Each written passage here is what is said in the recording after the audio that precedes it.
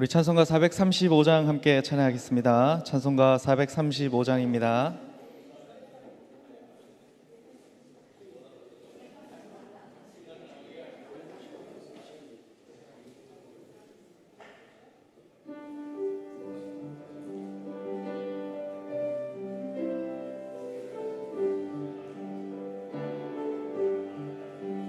나의 영원하신 기업 생명보다 귀하다. 나의 갈 길 다가도록 나와 동행하소서. 주께로 가까이 주께로 나의 갈 길 다가도록 나와 동행하소서. 세상 부귀한 일함과 모든 명예 버리고 험한 길을 가는 동안 나와 동행하소서. 주께로 가까이 주께로 가오니 나의 갈 길 다가도록 나와 동행하소서. 어두운 골짝 지나가며 험한 바다 건너서 천국 문에 이르도록 나와 동행하소서. 주께로 가까이 주께로 가오니 나의 갈 길 다가도록 나와 나의 영원하신 기업 생명보다 귀하다. 나의 영원하신 기업 생명보다 귀하다. 나의 갈 길 다가도록 나와 동행하소서. 주께로 가까이 가오니 나의 갈 길 다가도록 나와 동행하소서. 세상 부귀한 일함과 모든 명예 버리고 험한 길을 가는 동안 나와 동행하소서. 주께로 가까이 주께로 가오니 나의 갈 길 다가도록 나와 동행하소서. 어두운 골짝 지나가며 험한 바다 건너서 천국 문에 이르도록 나와 동행하소서. 주께로 가까이 주께로 가오니 나의 갈 길 다가도록 나와 동행하소서. 아멘.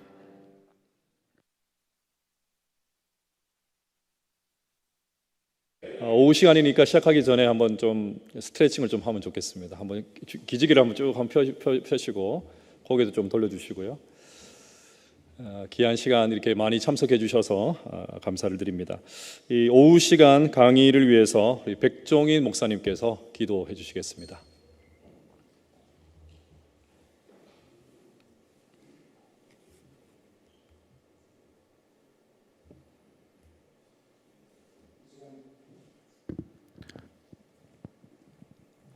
오전에 귀한 강사님을 통해서 설교를 통해서 3040 젊은 세대들에게 어떻게 감동을 주고 어떻게 그들의 마음을 움직여 하나님을 만나게 할 것인가 주제로 은혜롭게 강의를 인도해 주신 하나님 감사를 드립니다. 오후 시간에는 또 3040 젊은 세대가 가지고 있는 그들의 세계관을 통해서 저희들이 깊이 공부하여 효과적으로 이 팬데믹 시대에 교회를 떠나고 하나님의 품을 떠난 젊은 청년 세대를 어떻게 전도할 것인가에 대해서 하나님 아버지 열린 마음으로 강의를 듣고자 합니다. 세우신 우리 준성 목사님, 교수님 입술을 주장하시고 이 시간 하나님 아버지 참석한 모든 저희들에게 지식적으로, 영적으로, 정서적으로 모든 면에서 풍성한 은혜를 받는 복된 시간 될 수 있도록 축복하여 주시옵소서. 예수님 이름으로 기도드리옵나이다. 아멘.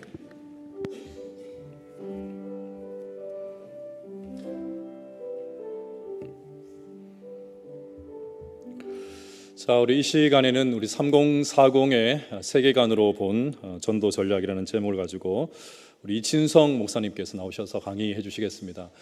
저희 고려신학대학원에서 우리 기독교 윤리학 겸임 교수로 계시고 또 분당 우리 교회에서 사역을 하고 계신데요. 나오실 때 우리 큰 박수로 우리 한번 환영하도록 하겠습니다.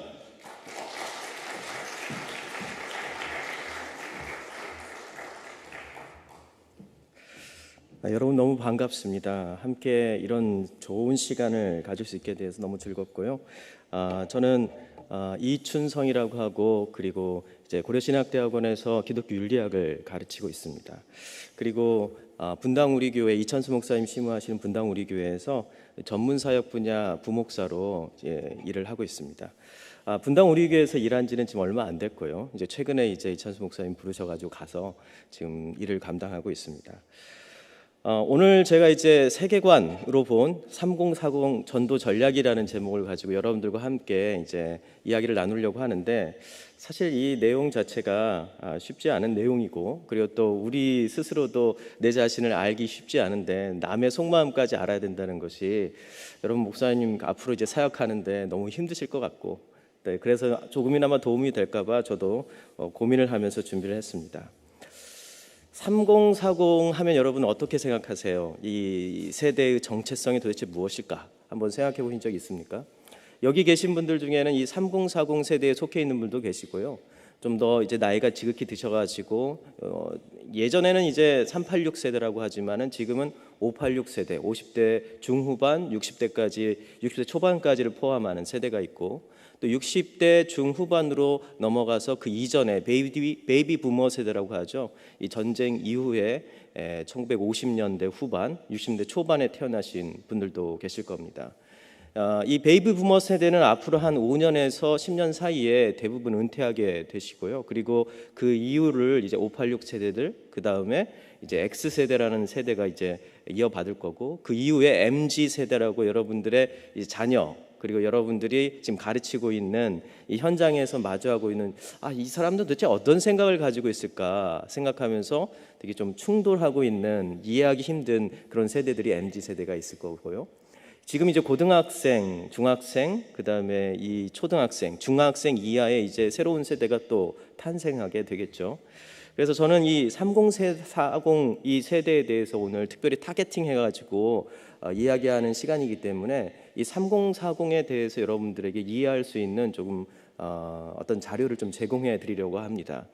특별히 이제 제가 원래 강의하려고 했던 순서는 이제 마지막 순서였는데 그 전 세대 이 3040 세대들의 어떤 교회적 특성을 이제 데이터를 중심으로 해서 이 여론조사나 여러 가지 조사를 통한 통계학을 바탕으로 한 이제 목회 데이터 연구소에 있는 소장님께서 오셔가지고 이야기를 해주실 텐데요. 원래 그렇게 돼 있었는데 이제 사정상 그게 바뀌었거든요. 사실 이 지원근 소장님의 이야기를 듣고 제 강의를 들으면 훨씬 더 이해하기가 편하고 또 문제 제기가 충분히 된 상태에서 듣기 때문에 좋은데 제가 이제 먼저 해답을 앞으로 이렇게 답을 앞으로 당겨가지고 하는 거기 때문에 제가 강의하고 꼭 이제 나중 강의를 들으시면서 좀 보충을 하시면 좋을 것 같습니다. 제가 이게 말씀을 드리면서 이제 세대론이라는 거에 대해서 한번 이야기를 먼저 해드리려고 해요.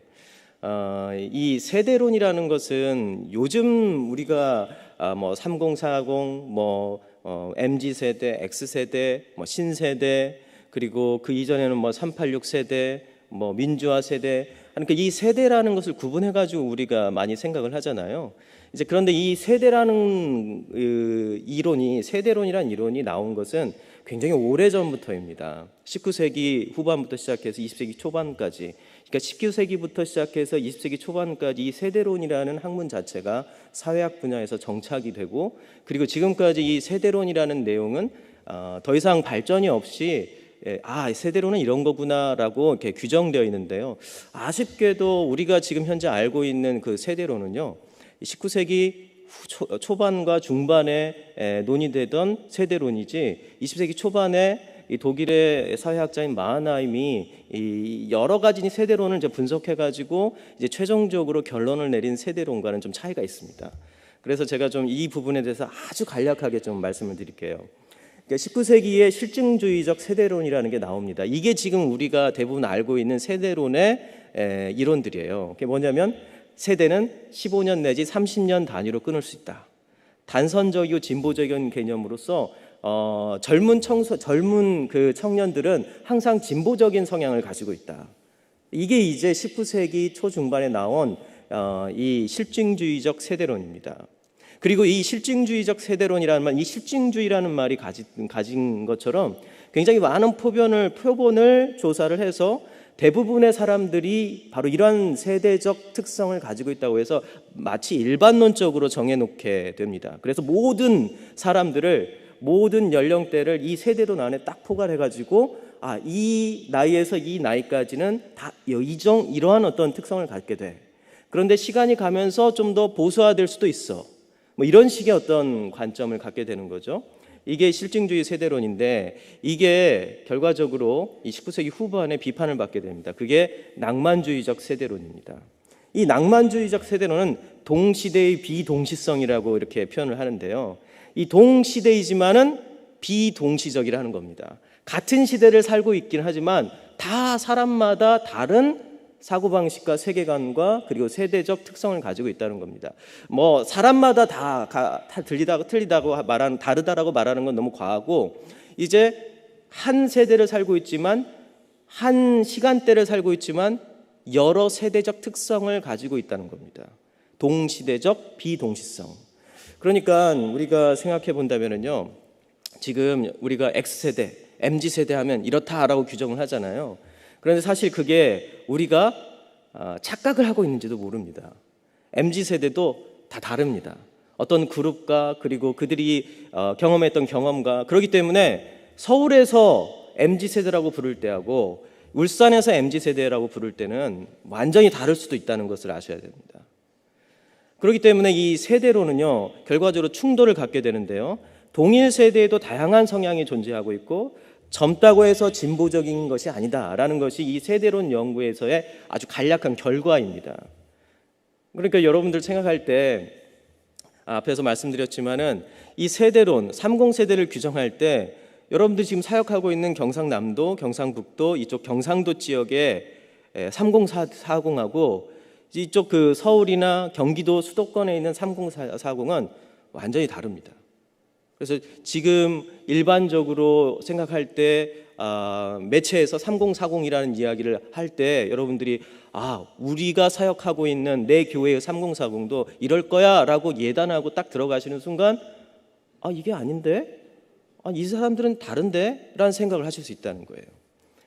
그래서 저는 이제 여러분들한테 말씀드리고 싶은 것은 여러분들의 교회에 여러분들이 사역하고 있는 여러분들의 성도의 3040을 여러분들이 자체적으로 파악할 필요가 있습니다. 자꾸 이렇게 외부에 있는 학자들이나 그리고 일반적인 대중매체에게 의존해서 우리 성도들은 이럴 거야 라고 예단하지 마시라는 거예요. 이 세대론 연구를 이제 최근에 한 전문적인 책 중에 하나가 중앙대 사회학과 교수가 쓴 이런 세대는 없다라는 책이 있습니다. 이런 세대는 없다라는 책이 이제 작년 아마 1년 전에 나왔던 책인데요. 그게 이제 지금까지 나온 한국사에서 나온 세대론에 대한 사회학적이고 학문적인 그리고 또 데이터를 가장 방대하게 분석한 책 중에 하나입니다. 그 책을 한번 읽어보신다면요, 약간 이분은 이제 진보적인 성향을 가지고 있고 대부분의 이제 아티클이나 그리고 칼럼 등을 한겨레와 같은 진보 매체에서 쓰고 있는 분이긴 하지만 학자라서 이 분석에 있어서는 굉장히 충실한 분석을 하는데요. 이 책을 보면은 X세대가 출연했을 때부터 시작해가지고 보통 이제 X세대가 출연했을 때가 1990년대 중후반이잖아요. 이제 중반 정도 하는데 그때 공교롭게도 이 대학에 인터넷이라는 것이 이 대학을 통해 가지고 공급이 되고 PC가 대중화되던 시기입니다. 그때 여러분들도 아마 천리안 하이텔을 가지고 모뎀에 연결해 가지고 아마 인터넷을 하고 그 다음에 PC 통신을 하던 시절이죠. 그때 나온 아주 유명한 그 영화가 있죠.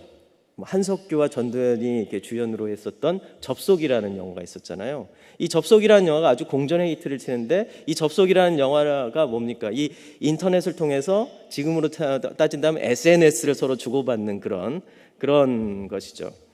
그때 이제 X세대라는 것이 나왔는데 그때 이제 인터넷 언론 매체 그리고 다양한 언론들이 이제 발생하기 시작합니다. 그때부터 시작해가지고 지금까지의 이 세대를 언급한 언론들의 어떤 용어들을 다 분석을 이분이 했어요. 이 책에서 보니까 이 세대론을 소비하고 있는 주요 언론들의 방식은 두 가지가 있는데요. 하나는 상업적인 광고의 목적이고 두 번째는 정치적인 목적입니다. 이 정치적인 이슈에서 세대론이 가장 많이 나오고 그리고 경제적인 이슈, 그러니까 온라인 마케팅이나 그리고 마케팅을 하기 위해서 기업들이 이 물건을 팔기 위해서 세대를 이용한다는 겁니다. X세대는 이래야 됩니다. MZ세대는 이러한 소비를 한다라는 것을 자꾸 언론 매체를 통해서 공개를 함으로써 대다수의 MZ세대가 이러한 소비를 해야만 할 것 같은, X세대는 이러한 소비를 해야 할 것 같은 그러한 암시를 계속 주는 거죠. 근데 그것이 MZ세대나 X세대 그리고 신세대들이 어떠한 세계관을 가지고 있는지에 대해서 그것이 알려주진 않습니다. 그리고 정치에서도 이걸 사용하죠. MZ세대는 보수적인 성향을 가져야 된다. X세대는 진보적인 성향을 가져야 된다. 이런 것들을 각각의 정당에서 이용하면서 그것을 언론 플레이를 하는 겁니다. 그렇기 때문에 어떠한 특정 세대를 정치 진영화시키는 그런 목적으로 하고 있기 때문에 사실 깊숙이 들어가 본다면 실제 그러지 않은 경우들이 많습니다. 굉장히 다양하게 분포되어 있고 정치적 성향도 그렇고 소비의 패턴도 다양하고 그리고 사람들의 사고방식도 매우 다양한 겁니다. 그래서 여러분들이 지금 하고 있는, 여러분들이 지금 우리가 언론 매체와 그리고 또 SNS와 유튜브와 같은 곳을 통해 가지고 접하고 있는 많은 MZ세대는 이럴 것이다라는 것은 실제로는 여러분들의 우리의 사역 현장과는 잘 맞지 않을 가능성이 많습니다. 저도 이제 이 연구를 시작하기 전까지는 그런 것들에 많이 의존해가지고 제가 사역적인 도구로 사용했던 것 같아요. 주로 이제 저는 청년 사역을 또 공동체 사역을 20년 가까이 해왔기 때문에 이 트렌드에 굉장히 민감하게 분석하고 그 트렌드를 따라가야 된다고 생각하기도 했습니다. 그래서 많은 매체들과 그리고 인터넷 매체들을 자주 보고 그리고 그들의 언어와 어떤 소비 패턴들 이런 사고방식 이런 것들을 분석하는데 많은 시간을 보냈죠. 그러면서 이제 제 설교에도 사용하고 그랬는데요. 이러한 것들이 필요합니다. 상당수의 다수들이 그러한 소비 형태와 그리고 또 언론 매체가 아주 활발한 이곳에서 우리나라의 언론 환경에서 미디어 환경에서 이러한 것들을 계속 암시하고 있기 때문에 이러한 어떤 사회적 전체 흐름을 이해하는 데 매우 필요한데 그렇다고 해가지고 내가 사역하고 있는 청년들이, 내가 사역하고 있는 나의 양들이 이들과 똑같을 것이다라고 접근하는 순간 우린 굉장히 이상한 경험을 할 수도 있다는 거예요. 그런 예를 한번 볼까요? 이 586 세대가 MG를 볼 때 뭐라고 했냐면 88만 원 세대라고 얘기했습니다. 그러면서 이제 진보 진영에서 가장 활발하게 활동했던 우석훈 교수, 이 경제학자가 이 88만 원 세대라는 책을 쓰고 공전의 히트를 치죠. 이게 2008년도 상황입니다.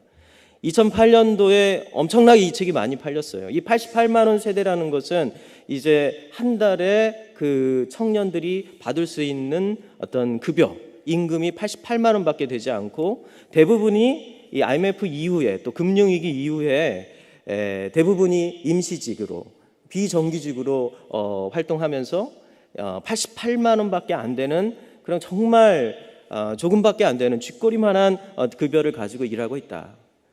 이제 이것을 여러 이제 데이터를 통해 가지고 얘기했지만 실제 삶으로 들어가면 이것과는 좀 관계가 없었습니다. 근데 이 88만 원 세대라는 이 프레임 자체가 사람들에게 무엇을 가르쳐 줬냐면 지금 너희 신세대, MZ세대, 그때는 이제 밀레니엄 세대였겠죠. 이게 M세대라고 하는 이 밀레니엄 세대 너희들이 지금 겪고 있는 이 경제적 불평등을 봐라. 그러니까 너희들은 진보의 깃발을 들고 있는 곳에 가서 이 경제적 불평등을 깨는 그러한 정치적 스탠스를 취해야 된다라는 어떠한 교조적인 가르침을 주고 있는 거였습니다. 그런데 어떻게 됐죠? 지금 그 세대들이 매우 보수화된 정치적 성향을 띠고 있어요. 이거 어떻게 알 수 있습니까? 자기는 경제적으로 굉장히 궁핍하고 그리고 안정된 직장을 갖지 못했음에도 불구하고 이 사회를 향해서 분노하고 그 다음에 사회를 갈아엎어야 되는 어떤 이 혁명적인 스탠스를 취해야 되는데 오히려 더 보수화되고 또 보수 정권의 표를 더 많이 주는 성향을 보인다는 겁니다. 이게 이 전형적인 이 586 세대가 가지고 있는 정치적 꼰대라는 거예요. 이 꼰대라는 말을 우리가 많이 사용하잖아요. 강요하지 말아라. 우린 다양한 관점을 가지고 있다. 그래서 이것도 이제 진보 진영에서도 그렇고 보수 진영에서도 이거에 대해서 오해하지 말아야 되는 건 그렇다고 해서 MZ세대가 보수냐, 정치적 보수냐, 그것도 아닌 겁니다. 이 요즘 애들이라는 책이 있는데요. 이 책은 아마 읽어보신 분들도 계실 거예요. 미국에서 나온 책인데 이 MZ세대가 어떠한 특성을 가지고 있는지에 대해서 굉장히 잘 분석한 책입니다. 이 MZ세대는 번아웃 세대라고 이렇게 이야기합니다. 이 번아웃 세대라는 것은 이 책에 있는 내용인데요. 우리는 일자리 혹은 일자리를 제공하는 회사가 오래 갈 것이라 기대하지 않는다. 많은 사람이 언제든 빚더미의 폭풍에 삼켜질 거란 두려움 속에 산다. 우리는 출산과 육아에서 사랑하는 이와의 관계에서 삶의 재정 문제에서 일종의 평형 상태를 유지하고자 고투하다가 결국 나가 떨어지고 만다. 그렇게 우리는 불안정에 길들여져 있다. 이 세대를 이제 규정하는 게 이제 이 번아웃 세대라는 겁니다. 왜 그러냐면 이제 이게 조금 이 특징은 저는 좀 우리 한국 사회하고도 굉장히 맞아떨어지는 것 같아요. 왜 그러냐면 어렸을 때부터 이 선행학습과 그리고 여러 가지 이제 직업 선택과 또 좋은 직장을 얻기 위해서 얼마나 많은 아이들이 이 학원을 전전하고 있는지 모릅니다. 여러분도 이제 아시겠지만 여러분들이 이제 목회하고 있는 40대, 저와 같이 40대 중후반에 같은 경우에는 아이들이 중학생이거나 고등학생, 이제 입시를 앞둔 그런 아이들이 있는데요. 이런 아이들이 사실은 MZ세대의 끝단에 속해 있는 그 아이들인데 이 아이들은 초등학교 저학년일 때부터 선행학습을 합니다.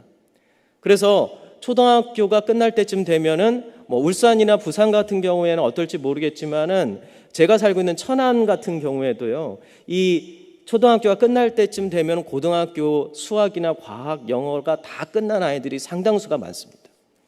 그러다 보니까 중학교 올라가가지고 아이들이 그때야 비로소 학원을 다니고 공부를 시작한 아이는 따라갈 수가 없는 거예요. 저희 아들이 머리가 나쁘지는 않는데 저의 어떤 교육 철학과 신념 때문에 학원을 보내지 않고 중학교 2학년 때까지 학원을 보내지 않았습니다. 그랬는데 중학교 2학년 이후에 이제 학원을 보내가지고 자기가 하고 싶은 천문학자가 되고 싶은 꿈을 가지고 있어요. 이 꿈을 있으니까 자기는 과학고에 가고 싶다라는 생각을 했는데 중학교 2학년 이후에 공부를 시작한 건 아니지만 그 전부터 집에서 공부도 시켰지만 학원을 안 보내고 선행학습을 안 시켰더니 결국은 포기하고 말았습니다. 정말 마음이 안타깝더라고요. 그걸 보고 난 다음에 그 제 큰아들보다 3살 어린 제 딸이 아빠, 초등학교 5학년인가 6학년이었는데요 그때 아빠 학원을 보내줘 저한테 그러더라고요. 나 학원을 가야 돼. 오빠를 보니까 저렇게 살면 안 되겠어. 이렇게 얘기하는 거예요. 그래서 저는 너희 둘을 다 학원을 보내기엔 우린 경제적으로 넉넉하지 않은데 그래도 네가 원한다면 아이가 학원을 공부하겠다는데 그걸 말릴 부모가 어디 있겠어요. 빚을 내서라도 보내야겠죠. 그래서 학원을 갔습니다. 그런데 학원을 갔더니요 6학년 때 학원을 갔는데 이미 그 또래 아이들 중에서 그 학원에서 중학교 3학년 수학을 끝낸 아이들이 상당수가 있었어요. 그래서 또 한 번 저희 딸은 좌절했죠. 늦었구나. 초등학교 3학년 때부터 시작했어야 되는데 이런 생각을 하게 되는 거예요. 한번 생각해 보십시오. 여러분들이 중고등학교를 다녔을 때 한번 생각해 보세요. 저는 중학교에 들어가 가지고 비로소 알파벳을 배웠습니다. 그런데 지금 중학교 1학년에 들어가는 아이들 중에 공부 좀 하겠다는 아이들은 대부분 고등학교 영어를 하고 있어요. 중학교 3학년을 지나고 나면은 고등학교의 모든 영어, 입시 준비할 수 있는 모든 영어를 끝내고 고등학교에 들어가서는 수학과 과학에 집중한다라고 얘기하고 있어요. 이러한 상황에 있습니다. 그러니까 아이들이요 학교 갔다가 학원 가고 숙제하고 제 딸 아이의 친구는 새벽 3시에 잠을 잔다는 거예요. 그러한 현상들이 계속 벌어집니다. 이 아이들이 대학에 들어가서도 쉴 수 있느냐? 대학에 들어가면 더 쉴 수 없습니다. 제가 청년 사역을 오래 했는데 제가 청년들을 보면서 청년들이 저보다 바쁘다는 사실을, 대학생들이 저보다 바쁘다는 사실을 그때 알았습니다. 처음에는 너희들이 뭐가 바빠? 뭐 좀 하자. 우리 성역 공부할까? 교리교육할까? 뭐 이런 것들을 이렇게 하면은 목사님 시간이 없어요. 목사님 제가 아르바이트 2개를 하고요. 목사님 그리고 저희들이 그 팀 수업을 여러 가지 합니다. 이렇게 하고 나면은요 주일날 교회 오는 것도 쉽지 않아요. 근데 이러한 아이들이 한 명이 아니라 대다수의 아이들이 그렇게 살고 있습니다. 그럼 얼마나 힘들겠어요? 이 아이들이 이제 대학을 졸업하고 조금 열심히 한 아이들은 또 괜찮은 직장에 들어가게 되겠죠. 이 직장에 들어가면은 그 중에 약 70% 정도가 2년 안에 퇴사를 하게 됩니다. 왜 그러겠습니까? 열심히 달려왔는데요. 자기가 원했던 직장에 들어가는데 그 직장에서 내가 충분히 기여할 만한 사람이 아니라는 것을 깨닫게 된 거예요. 어떻게 일하는지는 배우지 못했어요. 그 문을 통과하는 방법만 배웠지 그 문을 통과해서 거기서 어떻게 살지에는 배우지 못했던 거예요. 그러다 보니까 번아웃이 오는 거죠. 그래서 MZ세대 번아웃, 누구의 책임인가? 이 책은 약 한 30대 초반 되는 아산정책연구원의 한 연구원이 쓴 책이에요. 번아웃 세대.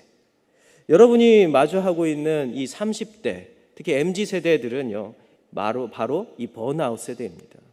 이 번아웃은 누가 만들었냐면은 사실은 이 사회와 또 우리 이 기성세대들이 만들었던 거죠. 그런데 이 기성세대들이 요즘 애들한테 이렇게 얘기하는 거예요. 야, 너 왜 보수적으로 행동해? 야, 너 왜 청년들은 아주 진보적이고 진취적이고 또 정의로워야지, 분배적 정의를 실천해야지. 근데 왜 너희들 이기적이니? 야, 왜 한나라당 찍어? 이러는 거예요.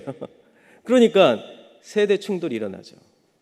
사실 여러분들 여기는 지금 60대 이상도 계시고 50대 중후반도 계시고 그리고 40대 초중반도 계시잖아요. 여러분 40대 중반부터 시작해가지고 소위 X세대라고 하는 50대 초중반까지의 세대는요 매우 정치적으로 진보적입니다. 그건 이제 사실은 경상도냐 전라도냐의 차이가 아니에요. 전국적인 현상입니다. 그렇기 때문에 여러분들이 여기 지금 한 60대 후반 되시는 분들, 그리고 30대 자녀를 데리고 30대 후반의 자녀와 대화를 할 때 정치적인 이슈를 가지고 대화하실 수 있나요? 거의 못할 거고요. 그리고 여러분들의 교회에서 여러분들이 정치 이슈에 대한 설교를 조금이나마 좀 보수적으로 하면은요, 여러분 교회에서 40대들이 굉장히 반발을 할 겁니다. 30대 후반은 반발은 안 하고 그냥 조용히 교회를 떠나죠. 네, 딴 교회로 가버려요, 그냥요.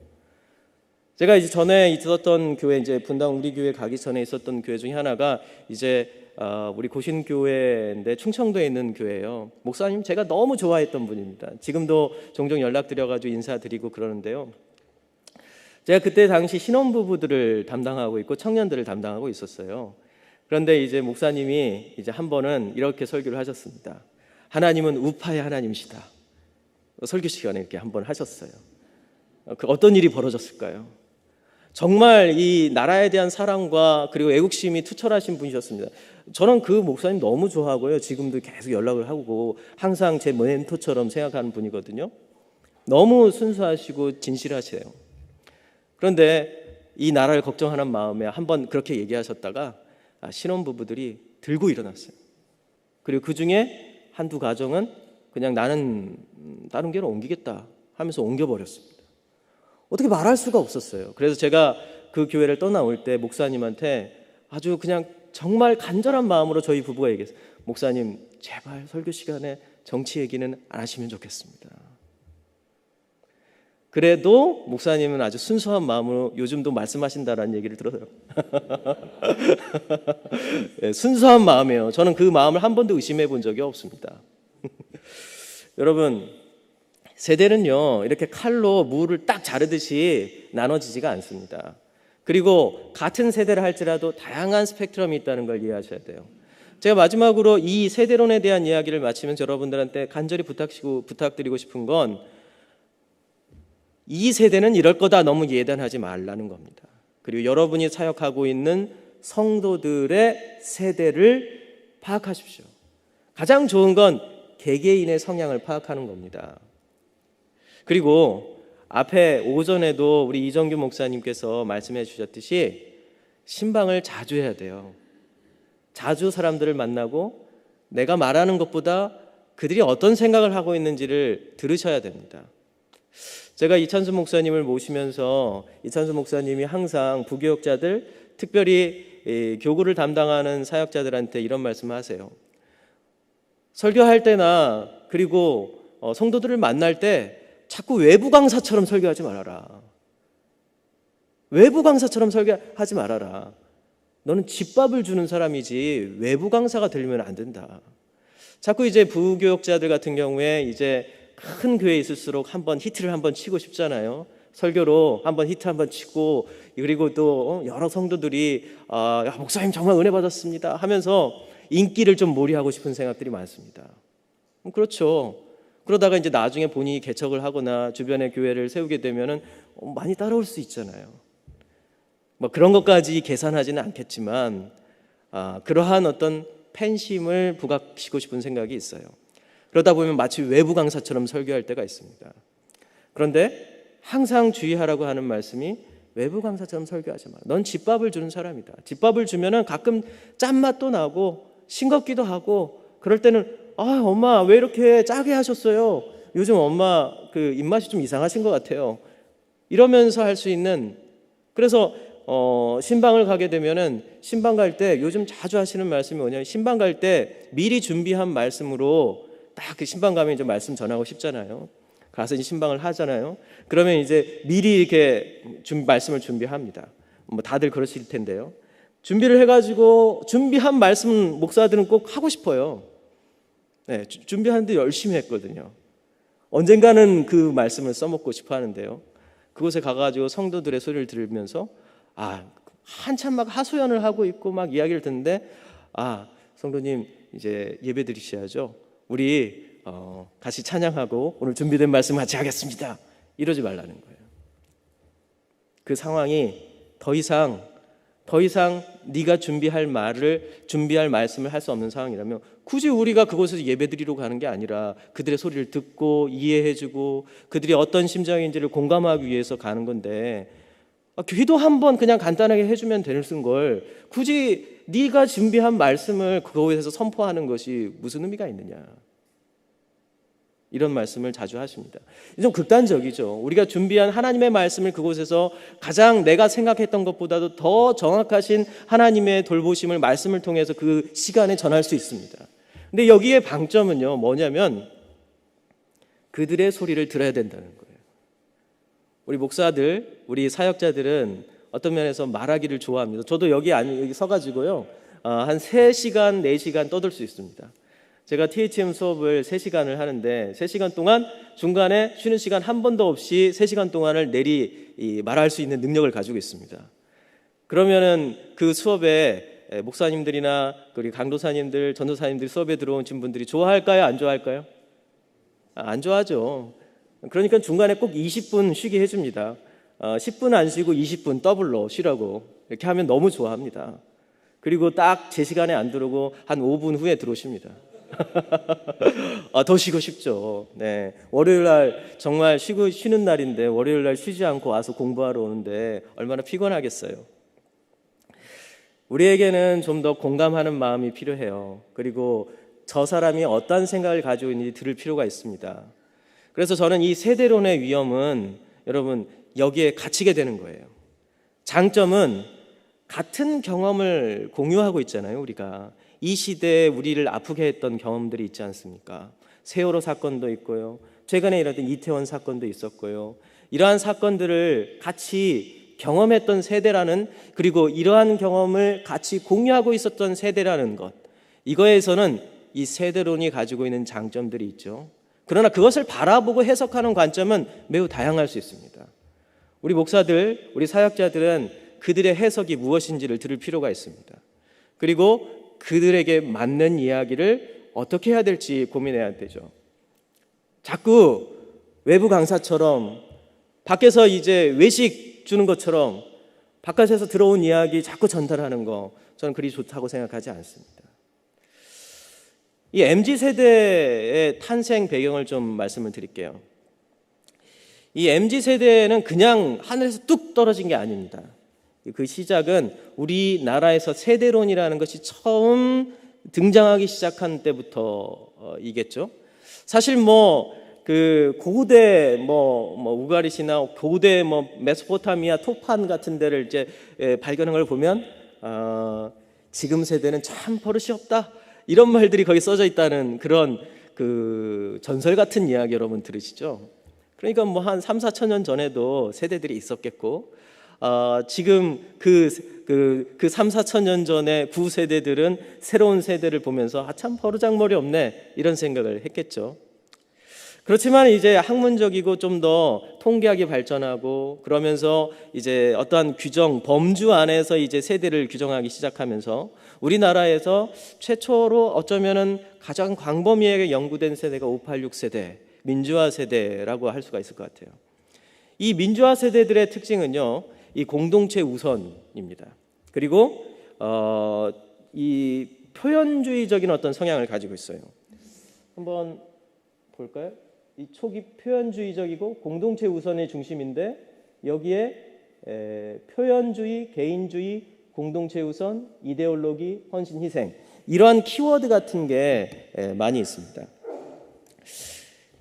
근본적으로 공동체를 중심에 두고, 그러니까 민족이나 그리고 국가라는 단위를 중심에 두고 자기의 사고방식과 생각을 발전시키고 그것을 위해서 헌신하는 것을 매우 중요한 것이라고 생각했던 세대이고, 큰 사상, 이데올로기적인 사고방식을 가지고 있었던 사람들이 이제 이 586 세대, 50대 중후반 그리고 40대 후반도 이 정도의 생각을 가지고 있는 사람들이 많이 있죠.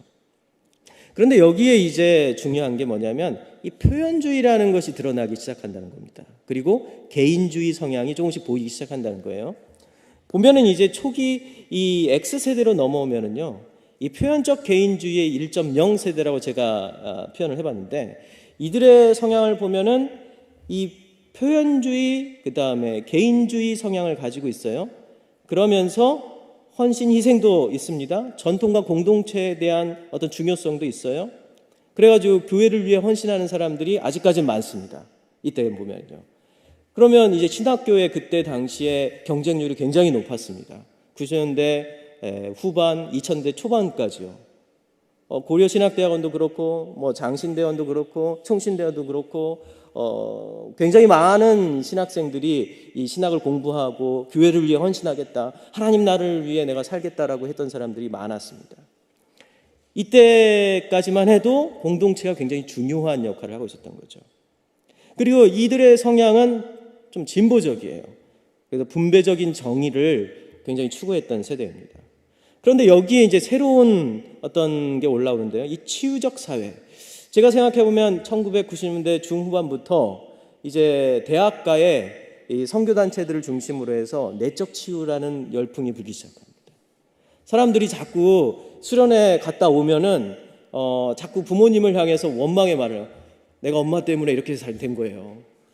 아빠 때문에 이렇게 된 거예요. 갑자기 부모님한테 가가지고 아버지, 제가 아버지를 용서하겠습니다. 막 쓴뿌리를 끊으겠습니다. 뭐 이런 말을 자꾸 하기 시작하는 시기죠. 근데 심리학과 치유적 세계관이 이제 들어오기 시작합니다. 그리고 X세대 하면은 자기 표현을 아주 잘하는 세대, 서태지와 아이들 뭐 이렇게 하고, 그리고 또 개인주의적 성향이 조금씩 강해지는 세대입니다. 이것의 바탕으로서 MZ세대가 오는데요. 더 많은 것들이 추가되게 되죠. 표현적 개인주의의 2.0 세대라고 볼 수 있는데, 이 공동체 우선이 약해져요. 그리고 능력주의가 더 강해지고요. 그 다음에 전통과 공동체가 약화되고, 그리고 윤리적 지향성은 절차적인 정의를 굉장히 중요하게 됩니다. 치유적 사회, 이 치유적인 어떤 성격은 더 강화돼서 어떻게 되냐면 피해자성이 강화됩니다. 이 피해자성이라는 말은 어떤 말이냐면은 나는 피해받은 사람이야, 나는 약자야 라는 의식을 많이 하는 거예요. 나는 사회에서 피해당했어, 나는 약자야, 나는 보상이 필요해 라는 생각을 굉장히 많이 가지고 있는 거예요. 그게 어떤 이유냐면은 과거에는 사회가, 국가가 나에게 뭔가를 해줘야 될지를 바라지 않았어요. 제가 고등학교, 중학교 때 뭐 성문, 종합영어 이런 거 기본 영어 보면은요, 여러분들 성문 시대시죠? 여기 많은 분들이 성문, 그 다음에 수학의 정석 뭐 이런 거 하셨던 분들인데, 이 성문 기본 종합 영어 할 때 거기 뒤에 보면은 이 누구죠? 뭐 케네디가 했던 말을 그렇죠? 연설할 때 국가가 너를 위해 무엇을 해줄까를 바라지 말고 네가 국가를 위해서 무엇을 할까를 고민해라. 굉장히 아름답고 애국심이 고취되는 말이잖아요. 요즘 그런 말을 MZ세대와 중고등학생한테, 그리고 대학생들한테 하면 뭐라고 얘기할까요? 국가가 나에게 해준 게 뭔데? 나라가 나에게 해준 게 뭔데? 이렇게 얘기를 해요. 왜냐하면 이 사회 보장과 안정 시스템이 구축되면서요, 자꾸 이제 우리 안에서 어떻게 하냐면 이 제도를 통해 가지고 내가 보상받아야 할 게 많다고 생각하고, 그리고 내가 그것을 하지 못하면 그건 제도의 문제이고 국가 시스템의 문제라는 생각을 같이 하게 됩니다. 그러면서 국가에 기대하지 않았던 것들이 이제 자연스럽게 국가가 해줄 걸 기대하면서, 또 사회가 해줄 걸 기대하면서, 또 여러분 교회가 해줄 것을 기대하면서, 그게 채워지지 않으면 그것은 나의 문제가 아니라 이 국가와 공동체와 사회와 교회의 문제다. 그리고 그것 때문에 나는 피해를 당하고 있다라고 생각하는 겁니다. 안 그런가요? 네. 저는 그런 친구들을 많이 봅니다. 모든 문제를 국가, 사회, 제도, 교회의 문제로 돌리는 거죠. 근데 한번 생각해 보세요. 여기 이제 어르신들도 계시지만은 우리가 그런 생각을 해본 적이 있으세요?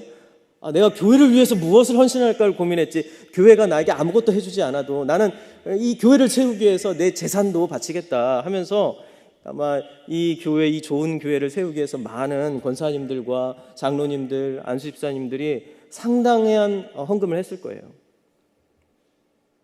그렇지 않습니까? 그런데 지금 30대, 40대 초반, 20대들한테 헌금을 하라고 하면 헌금을 할까요? 안 합니다. 교회가 나를 위해서 뭘 해줬는데. 그냥 내가 예배 여기 참여해 주는 것만으로도 매 주일 헌금을 내는 것만으로도 목사님 감사하세요. 예. 분발하십시오. 이런 태도로 이게 딱 앉아 있죠. 예. 제일 무섭습니다.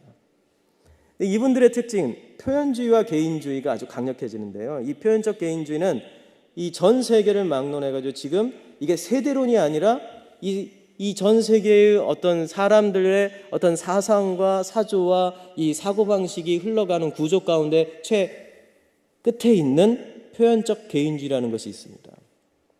이게 이제 우리나라에서 이 세대론과 함께 이 세대를 통해 가지고 더욱더 강화되고 있는 것이죠. 한번 볼까요? 3040의 세대는 X 플러스 MZ 세대를 얘기할 수 있어요. X세대 가장 나이 많이 드신 분들은 이제 30세대하고는 아니죠. 50세대죠. 그러니까 3040이라고 우리가 이야기를 여기다 했지만 오늘 이 프로그램을 3040이라고 얘기했지만 실제로는 3040에 국한된 건 아니죠. 조금 더 위로 그리고 조금 더 아래로 좀 폭넓습니다. 그래서 우리가 좀 나눈다면 X와 MZ 세대로 얘기하는데요. X세대나 그 이상의 세대는 MG를 어떻게 읽죠? MZ라고 읽죠. 예. 근데 MZ 세대는 MG라고 읽습니다. 아직도 저는 Z가 편한데요. 이들의 특징을 이제 세계관적으로 분석을 해보면요. 앞에서 말씀드린 것처럼 초기 개인주의, 초기 표현주의 이게 이제 강화되는 형태로 나오죠. 다른 것은 더 붙여치기도 했지만 일관적으로 나오는 게 뭐냐면 표현주의와 개인주의입니다. 그리고 나중에 치유적 사회가 나옵니다. 여러분 표현이라는 것은요, 자기를 셀프 익스프레션, 자기 표현을 하고 싶은 사람들이에요. 지금도 여기에 다양한 색깔의 옷을 입고 있는데요. 여러분의 교회에 갑자기 우리 이제 아침에 그 점심 식사를 하면서 한 목사님하고 저하고 이제 같이 일했던 그 사역자가 있는데 이 사역자가 목사님, 제가 그 점심 식사했던 그 목사님 교회로 이제 가셨더라고요. 그분은 실명을 밝힐 수는 없지만 제가 너무 사랑하고 좋아하는 사역자고 그 교회에서 너무 평이 좋은 것 같아요, 지금도. 근데 제가 그 부부를 봤을 때는 아주 이분들이 앞으로 사역을 잘할 수 있을까 싶은 생각을 했어요. 왜냐하면 그들의 사역의 능력치 때문이 아니라 외모를 보고 판단했기 때문입니다. 이 총각에 와가지고 총각 때 이제 저랑 같이, 저는 목사고 거기는 이제 이 교육전도사였어요. 그런데 결혼을 딱 그 총각 때 20대 27, 8살에 결혼한 것 같아요. 8살 정도에. 이제 교회 오고 난 다음에 신대원 1학년 때 마지막쯤 해가지고 결혼을 딱 하겠다고 해서 결혼을 했습니다. 근데 이제 사모님이랑 같이 이제 이 신혼여행을 끝나고 왔는데요. 이제 교회 이제 오후 예배 딱 나와서 인사를 하는데 사모님이 노란색 겨자색 옷을 위로부터 머리 끝에서 발끝까지 쫙 입고 나오셨더라고요. 겨자색 생각해 보셨어요? 한번 사모가 겨자색 옷을 입고 왔다. 그 다음 주에는요, 새빨간 옷을 머리 끝에서 모자부터 시작해가지고 이 구두까지 맞춰가지고 구두에는 또 이제 빨간색 광까지 내가지고 딱 왔더라고요. 좀 굉장히 놀랐어요. 제가 있었던 교회가 충청도에 아주 양반들이 다니는 이 충청도에 아주 보수적인 그런 분들만 있는 교회였거든요. 젊은 사모가 왔는데 겨자색, 그 다음 주에는 빨간색, 그 다음 주에는 녹색. 그래서 저희가 이제 가가지고 사모님 이 옷밖에 없습니까? 검정색 없으세요? 라고 저희 아내가 조심스럽게 얘기를 했어요. 그래서 워낙 서로 좋아하고 했으니까. 그랬더니 없는데요? 이렇게 얘기하는 거예요. 제가 그 목사님과 점심 식사를 하면서 물어보니까 여전히 그렇게 입고 다니신다고 그곳에서도. 그런데 너무 사람들이 좋아한다고 이렇게 얘기를 해요. MZ세대죠. MZ세대 사역자들 여러분 만나면 어떨 것 같아요? 그들의 사모를 만나면 어떨 것 같아요? 자기 표현을 하고 싶은 거죠. 어떤 형태로든 가장 자기 표현을 가장 쉽게 할 수 있는 게 바로 이 의상입니다. 그래서 저는 아마 생각하기에 한 10년 후 정도가 되면은 노회에 이 양복의 색깔이 달라질 것 같아요. 예. 알록달록하게 뭐 녹색 양복 입고 오신 분도 계시고 흰색 양복 입고 오신 분도 계시지 않을까, 머리 스타일도 아주 달라지지 않을까 싶은 생각이 드는데요. 참 이 세대가 많이 바뀐다는 생각을 합니다. 표현하고 싶은 겁니다. 그리고 개인주의적 성향이 강해지죠. 예배를 끝나고 나면 모두 다 그냥 한결같이 그 자리에 앉아있지 않고 축도가 딱 끝나고 마지막 성령이 끝나고 난 다음에는 어떻게 되죠? 사람들이 그 자리에 다 일어나가지고 바로 주차장으로 가서 교회가 텅 빕니다. 여러분들 그거 다 경험하시죠? 앉아가지고 3, 4, 5 이야기하고 서로 어려운 점 물어보고 같이 식사하고 이러한 분위기가 없어요. 그리고 또 코로나를 지나면서 이 분위기는 조금 있었던 그 분위기마저도 완전히 사라졌습니다. 교회에서 더 이상 음식을 주지 않죠. 여러분, 이제 코로나가 어느 정도 지나고 난 다음에 교회에서 밥을 해야겠다라고 생각하시면 누가 먼저 반대할 것 같습니까? 30, 40대가 먼저 반대할 거예요. 왜 그럴까요? 곧 그 밥을 내가 해야 되니까. 지금은 권사님들이 해주는 밥 먹고 사는데 한 5, 6년 되면 그 밥 먹다가는 내가 그 밥을 해야 할 처지가 되니까 안 하시죠. 아마 반대할 겁니다. 어떻게 해야 할까? 개인주의 성향이 더 강해집니다. 치유적 사회, 아까 전에 말씀드렸죠? 교회가 나에게 뭘 해줬는데, 이렇게 생각하는 거예요. 이런 어떤 흐름을 잘 분석해가지고 책을 만든 게 칼 트루만, 웨스민스터 신학교 조신학 그리고 교의학, 그다음에 교회에서 교수였던 칼 트루만이 이 글로브 칼리지라는 그 뉴욕에 있는 대학으로 이제 옮기면서 몇 년 동안 아주 심사숙고하면서 아주 보수적이고 건전한 신학자죠. 이분이 아주 심사숙고하면서 이 책을 몇 년 동안 고민해가지고 집필한 책입니다. 이 책이 이제 우리나라로 번역되는 게 이 신좌파 운동가 뭐 그런 길로 번역됐어요. 그런데 사실 그런 어떤 정치적 색깔의 제목이 아니라 사실은 이 제목은 The Rise and Triumph of the Modern Self라는 제목입니다. 현대 자아의 발음과 승리. 여기 현대적 자아라는 것은 뭐냐면은 표현적 개인주의의 세대. 이 자아를, 자기 자신을 표현하고 싶고 또 개인화된 그러한 모습들이 보인다는 거예요. 이게 굉장히 오랜 시간 동안 수백 년 동안 서양 사회를 거쳐오면서 그 자아, 이러한 자아가 형성되어졌고 지금에 와서 절정이 되면서 나타난 아주 단적인 현상이 동성 결혼의 합법화와 동성애를 교회 안에서도 수용하는 흐름들이 나타났다는 겁니다. 성윤리로 나타났다는 거죠. 아주 극단적인 자기 표현, 성에 대한 자기 표현까지 이제는 가능하게 됐다라는 거죠. 여러분의 세대는 모르겠지만 앞으로의 세대는 자기 표현을 극단적으로 하면서 윤리적인 상황까지도 나의 표현대로 내 생각대로 하게 해주세요라는 세대가 우리에게 도래할 겁니다. 이때 우리 교회는 어떠한 태도를 가질까? 그리고 이미 교회 바깥에 있는 이 사회는 개인적 표현주의가 아주 강하게 밀어붙이면서 각각의 사람들이 이러한 나는 내 뜻대로 내 마음대로 하겠다, 내가 원하는 대로 어떠한 사회 풍습과 제도와 그리고 윤리에 나는 종속되고 싶지 않다, 그러면서 나만의 윤리를 만들겠다라고 하는 사람들이 나오기 시작한다는 겁니다. 이 사람들에게 어떻게 전도할 것이냐, 이 사람들에게 복음을 어떻게 전할 것이냐, 이거에 대한 많은 사람들이 고민을 하고 있고 그 고민 가운데서 나온 여러 가지 해법이 있지만 저는 아직까지 전 세계 교회를 통틀어서 이 해법을 제대로 제시하고 있는 사람은 찾아보지 못했고 저 또한 아주 고민하고 있습니다. 제가 그들처럼 세계적인 석학들, 세계적인 신학자들처럼 그렇게 뛰어난 사람은 아니니까요. 그런데 이들이 말하는 것 중에 몇 가지의 스탠스가 있어요. 그게 뭐냐면 첫 번째는 뭐 좀 델리케이트하고 좀 예민하고 한 그 윤리적 이슈에 대한 우리 말하지 말자. 그리고 복음에 대해서 이야기하자라는 거예요. 복음에 대해서. 복음을 좀 용어를 바꿔서 얘기하는 거죠. 해방에 대해서 이야기하자라고 하는 거죠. 각각 얽매였던 상황, 그리고 각각 어떠한 정신적이고 영적인 노예의 상태에 있고 죄인의 상태에 있는 그들에게 해방감을 맛보고 자유감을 맛볼 수 있는 이 복음의 원리를 설명하자라는 겁니다. 그런데 핵심적인 기독교적 윤리와 그리고 죄의 문제는 이야기하지 말자. 그리고 그들이 예수님을 믿게 되면 그때 슬며시 이런 것도 있어 라고 이야기하자는 거예요. 이러한 태도입니다. 이 복음주의권 그리고 보수적인 어떤 교회권에서도 이 아이디어를 주장하는 분들이 있어요. 왜냐하면 전도를 하고 접촉을 하려면 처음에는 거부감이 들지 않도록 해야 되지 않겠느냐라는 말이에요. 충분히 이해가 되죠. 근데 바른 접근이니까요, 이게.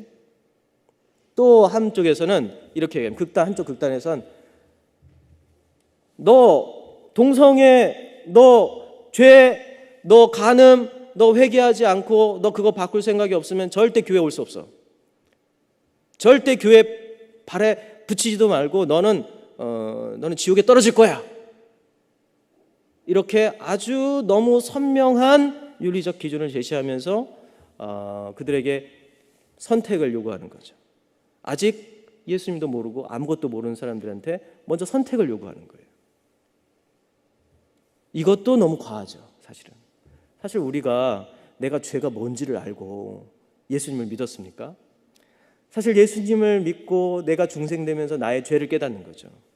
내가 죄인이라는 사실을 깨닫고 믿는 게 아니라 내가 죄인이라는 사실은 하나님께서 나를 은혜로 구원해 주심으로써 내가 그 죄라는 사실을 깨닫게 되는 거예요.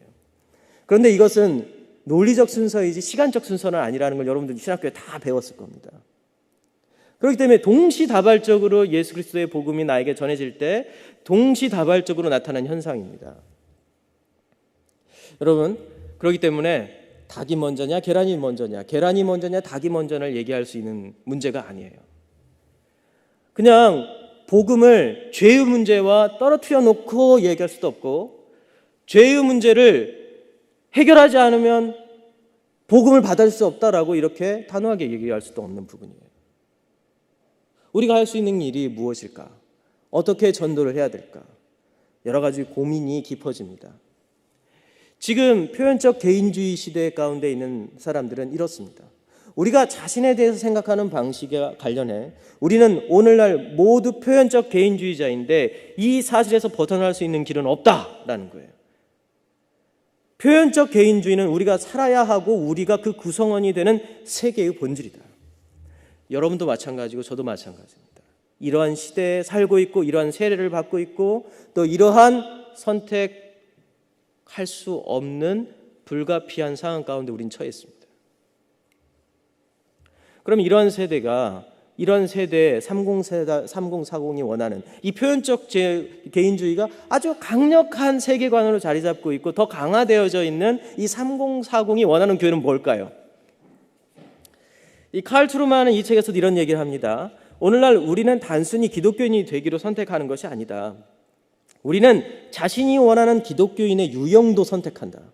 기독교인이 돼도요, 기독교인의 유형도 우리가 선택을 한다는 겁니다. 그리고 이런 각각의 교단 안에서 우리가 선택할 수 있는 추가적인 종파가 있다. 뭐 여러 가지 또 이 안에 또 뭐 개혁주의 무슨 주의가 있죠. 그 다음으로 많은 주관적 변수와 아울러 고려해야 하는 예배 양식도 있다.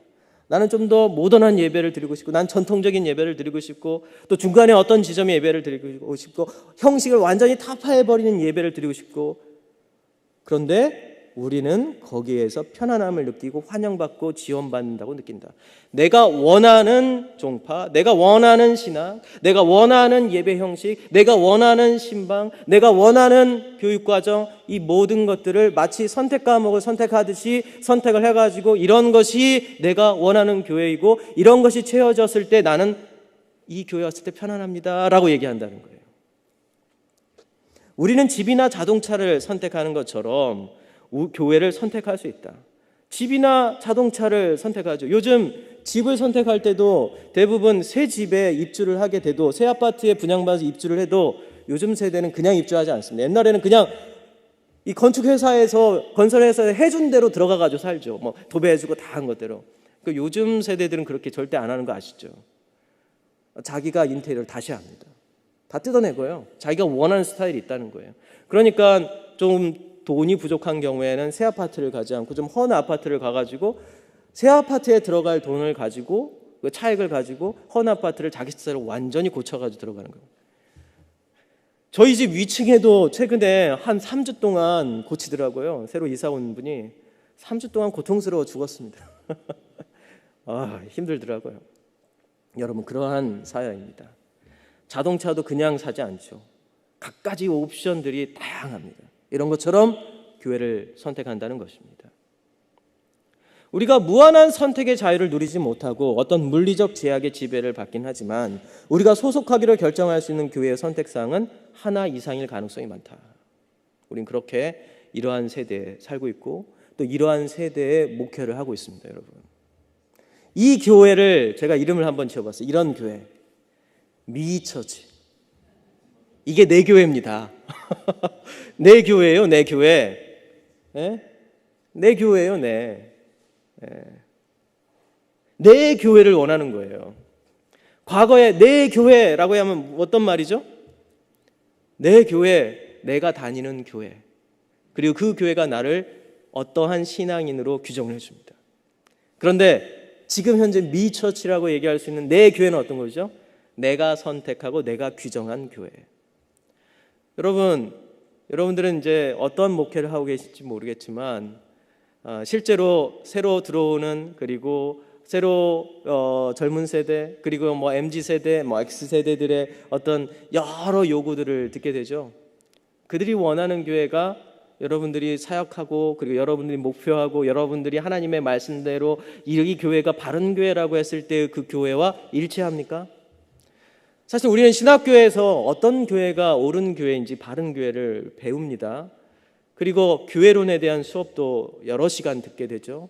그리고 사실 목사님들만큼, 여기 계신 목사님들만큼 어떤 교회가 바른 교회인지를 평생 고민해 본 사람들이 많지 않습니다.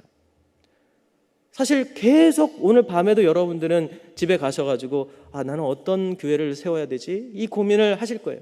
20년, 30년, 40년 목회를 하신 분들도 비슷한 고민이 있습니다. 그런데 우리는 지금 어떤 상황에 처해 있냐면 미처치의 역습의 상황에 처해 있습니다. 바른 교회가 아닌 누군가의 원하는 소비자적 교회를 맞춰가기 위해서 우리의 신념을 꺾어야 될지도 모르겠다는 굉장한 갈등 가운데 있는 거죠. 이 3040의 윤리를 보면은요, 이들의 윤리는 진정성과 신실성의 윤리입니다. 여러분, 앞에서 말씀드렸지만 개인적 표현주의라고 얘기했죠. 개인과 표현, 이 두 가지가 다 만족되어야 돼요. 그러니까 윤리 자체가 매우 분절화되어 있죠. 이 공동체가 요구하는 걸 이야기하지 않고 각각의 개인과 공동체라 할지라도 매우 작은 공동체 단위로 쪼개지는 겁니다. 그렇기 때문에 모든 사람들이 보편적으로 가질 수 있는 윤리관을 갖지 않아요. 그러면 어떤 게 참이냐 진리냐, 어떤 게 윤리적이냐 윤리적이 아니냐를 판단할 수 있는 기준이 뭘까요? 그게 뭐냐면 그 행동을, 그 태도를 얼마만큼 오랫동안 유지하고 일관성을 가지고 있느냐예요. 예를 들어 볼게요. 양심적 병역 거부라는 말이 있죠. 최근에 몇 년 전에 양심적 병역 거부가 이 대법원에서 합법적으로 인정이 됐고 헌법재판소에서 합헌으로 판결이 됐습니다. 양심적 병역 거부를 하는 그룹이 누굽니까? 여호와 증인 같은 그룹이죠. 여러분, 이제 고려신학대학원 이제서 이렇게 뒤로 쭉 가면 뭐가 있죠? 이 독립기념관 있잖아요. 여러분 아마 독립기념관에서 신한친대원 다니면서 한 번쯤은 이제 독립기념관에 가보셨을 텐데, 이 독립기념관 그 뒤편으로 보면 단풍길이라고 해가지고 쭉 동산을 따라가가지고 가는 길이 있습니다. 저는 신원화 원장님하고 자주 그 길을 산책을 하는데요. 어느 날 제가 혼자서 이제 산책을 하는데 거기에 나이 지긋한 이 노 부부가 같이 내 옆을 걸으면서 저한테 말을 걸었습니다.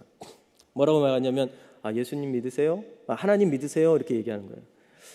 예, 믿고 있습니다. 전 교회 다니는데. 그랬더니 그러세요? 저희는 저기 왕국회관을 있습니다. 이렇게 얘기하는 거예요. 왕국회관이요?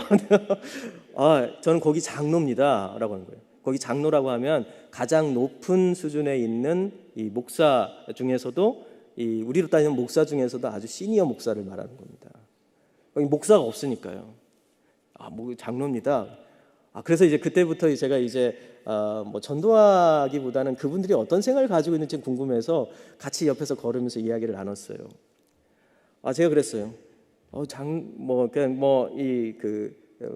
그분의 체면을 세워주기 위해서 어르신도 군대 안 가고 감옥 가셨어요? 이렇게 물어봤어요. 당연하죠. 저 감옥 갔다 왔습니다. 별이 하나입니다. 네, 그렇게. 그럼 자녀분들은 저희 자녀들도 다 감옥 갔다 왔죠. 여러분, 군대 안 가기 위해서 감옥을 선택한다는 게 쉬운 일은 아니죠. 그러니까 이것이 축적이 된 거예요. 양심적 병역 거부라는 말로 나중에 딱지가 매겨지는 거죠. 그러면서 이것이 윤리적이고 합법적이다는 평가를 받게 되는 겁니다. 할아버지도 아버지도 그의 자녀도 군대를 안 가기 위해서 어떠한 신념을 가지고 자신의 윤리적 체계를 가지고 그 윤리적 체계를 끝까지 내가 밀어붙이면서 수십 년 동안 그걸 지켜왔다. 이게 우리나라에서 국가적으로 이건 윤리적이다라고 인정을 해준 겁니다. 지금의 판단 기준은요, 바로 그거예요. 얼마나 이 사람이 이것을 진정성 있게 신실하게 그것을 끝까지 인내심을 가지고 일관적으로 어떤 행동의 패턴을 하느냐. 여러분, 미국에 동성 결혼이 합법화된 이유도 바로 그겁니다. 동성 결혼을 한 사람들이 어떻게 했냐면은 30년, 20년, 30년 동안 결혼 관계라고 자기들이 주장하면서 그것을 유지했어요. 그 전에는 뭐라고 얘기하냐면 동성 관계를 하는 사람들은 대부분 다자적 관계를 하기 때문에 1대1 관계에서 서로 헌신도가 떨어진다라고 평가를 하고 그거에 대해서 문제를 제기하면서 그들에게 어떤 결혼한 자로서의 지위를 부과해 주지 않았습니다. 그런데 30년 동안 일관적으로 부부관계를 유지하고 있다라고 얘기를 하는 거예요. 동반자적 관계를 유지하고 있다는 거예요. 그런데 그 사이에 어떤 일이 벌어진지 아십니까? 미국 사회도 그렇고 우리 한국 사회도 그렇고 이성 결혼을 했던, 남녀로 결혼했던 사람들의 이혼 비율이 50%를 넘기 시작하는 거예요. 2쌍이 결혼하면 1쌍이 이혼을 하는 거예요. 5쌍이 결혼하면 3쌍이 이혼을 하는 거예요. 그런데 이 근대적인 결혼 관계에 있어서는요, 계약적 관계잖아요. 우리 교회는 이것을 성내적 관계라고 생각하지만 일반적으로 17세기, 18세기 이후에 영국의 존 노크 이후에 사회계약론이 나오면서 결혼관계는 계약적 관계가 됩니다. 국가라는 곳에 국가의 시민으로서 서로의 계약적 관계를 유지함으로써 이걸 통하여서 국가의 시민을 생산해내고 그리고 국가를 유지할 수 있는 기본 단위로 이 계약적 관계를 성립하게 되는데요. 근데 자꾸 이성 결혼한 사람들이 이혼율이 높아지면 어떻게 돼요? 사회적 비용이 높아지잖아요. 그러니까 이성 결혼이 이렇게 사회적 비용을 높여가면서 서로의 신실함을 지키지 못하는데 우리 동성 결혼한 사람들도 이 동반자 관계는 30년 동안 우리는 변함이 없다 이렇게 얘기하니까 경제적으로도 우리가 우리 국가에 이바지하고 있다 이렇게 얘기하니까 더 이상 이 국가라는 체계에서는 그것을 비윤리적이다, 합법적이지 않다라고 얘기할 근거가 사라져버린 겁니다. 윤리적인 근거, 판단 기준이 뭐예요? 진정성과 신실성인 거예요. 여러분, 우리 한국 교회는 얼마만큼 이 진정성과 신실성을 이 세상에 보이고 있을까요? 우리가 가지고 있는 신념들, 가장 탁월하고 인류의 창조자이고 우주의 창조자인 하나님께서 우리에게 주신 이 10계명의 원리조차도 이 교회 안에서 제대로 지켜지지 못한다면 이 세상에 있는 누가 이것이 정말 보편적이고 이것이 정말 우주적인 진리이고 윤리라고 인정해 주겠습니까? 우리는 하나님이라는 보이지 않는 그 하나님의 놀라운 위대함과 강대하심에 대한 백을 믿고 살지만 세상은 보이지 않는 하나님이 어디 있어? 제 딸아이, 중학교 2학년짜리 딸아이의 제일 친한 친구가 있어요. 예수님을 믿지 않습니다. 최근에 교회를 좀 데려가가지고 전도도 해보고 했지만은 또 이제 난 교회 재미없어라고 하는데 그 아이가 중학교 2학년짜리 여자아이가 제 딸애한테 이렇게 얘기했대요. 하나님 믿어봐라고 하니까 그 아이가 뭐라고 했냐면 나는 나를 믿어 이렇게 얘기했대요. 세상은 나를 믿는다고 얘기하죠. 이 세상은 나를 믿는다고 하는 그 사람들조차도 매우 진정성 있고 신실성을 보이면서 자기의 신념에 충성하는데 우리 그리스도인들이 한 자리에 모여가지고 예배를 드리면서 하나님께서 우리에게 주신 우주의 창조자이신 하나님께서 우리에게 주신 그 십계명의 원리조차도 제대로 지키지 못하고 있다면 우리가 밖에 나와서 할 말이 없는 거죠. 전도가 되겠습니까? 여호와 증인조차도 그 이단적이고 그 잘못된 그 신념을 지키기 위해서 할아버지, 부모님 그리고 그의 자식까지 감옥에 가는 것을 기쁘게 생각하면서 그곳에 갔다 오는 것을 자랑스럽게 자랑하는데 우리는 도대체 어떠한 헌신과 어떠한 노력과 어떠한 고난과 어떠한 것의 대가를 지불하면서 우리가 가지고 있는 하나님께서 주신 이 말씀에 대해 지키기 위해서 수고하고 있는지 돌아봐야 됩니다. 지금 이 시대는 진정성과 신실성으로 윤리적 판단을 하는 시대란 거 아세요? 그런데 이것이 위기다 생각하시면 안 됩니다. 왜 그런지 제가 말씀드릴게요. 왜 그러냐면 초기 교회 인내와 발효라는 책을 최근 썼는데 여기 이 책을 쓴 사람은 댄 알렌더라는 학자입니다. 신학자인데요. 사실 우리 개혁파적 신학에서 봤을 때는 좀 우리가 교류하지 않는 신학 진영에 있죠. 그 제세례파 메노나이트 진영의 신학자입니다. 상당히 아주 뛰어난 신학자예요.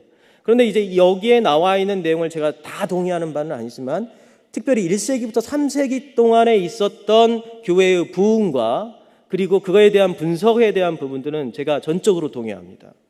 저도 이제 학위 논문을 쓰면서 1세기부터 3세기의 이 초기 교회 연구를 굉장히 많이 했는데 이 논문, 이 책의 내용에 상당 부분 동의를 해요.